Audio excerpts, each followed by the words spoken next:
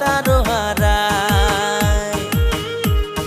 ছেলে মেয়ের কপালে কি দুর্গতি ঘটায়, হায়রে বাচ্চা কাচ্চার কপালে কি দুর্গতি ঘটায়। কিছু কিছু নারীর দোষে সমাজ নষ্ট হয়, হায়রে কিছু কিছু নারীর দোষে সমাজ নষ্ট হয়। ওরে মাইয়া মানুষ বলা হয় জানে যে সবাই, পুরুষ লোকে ফুসলাইয়া খারাপ পথে নেয়।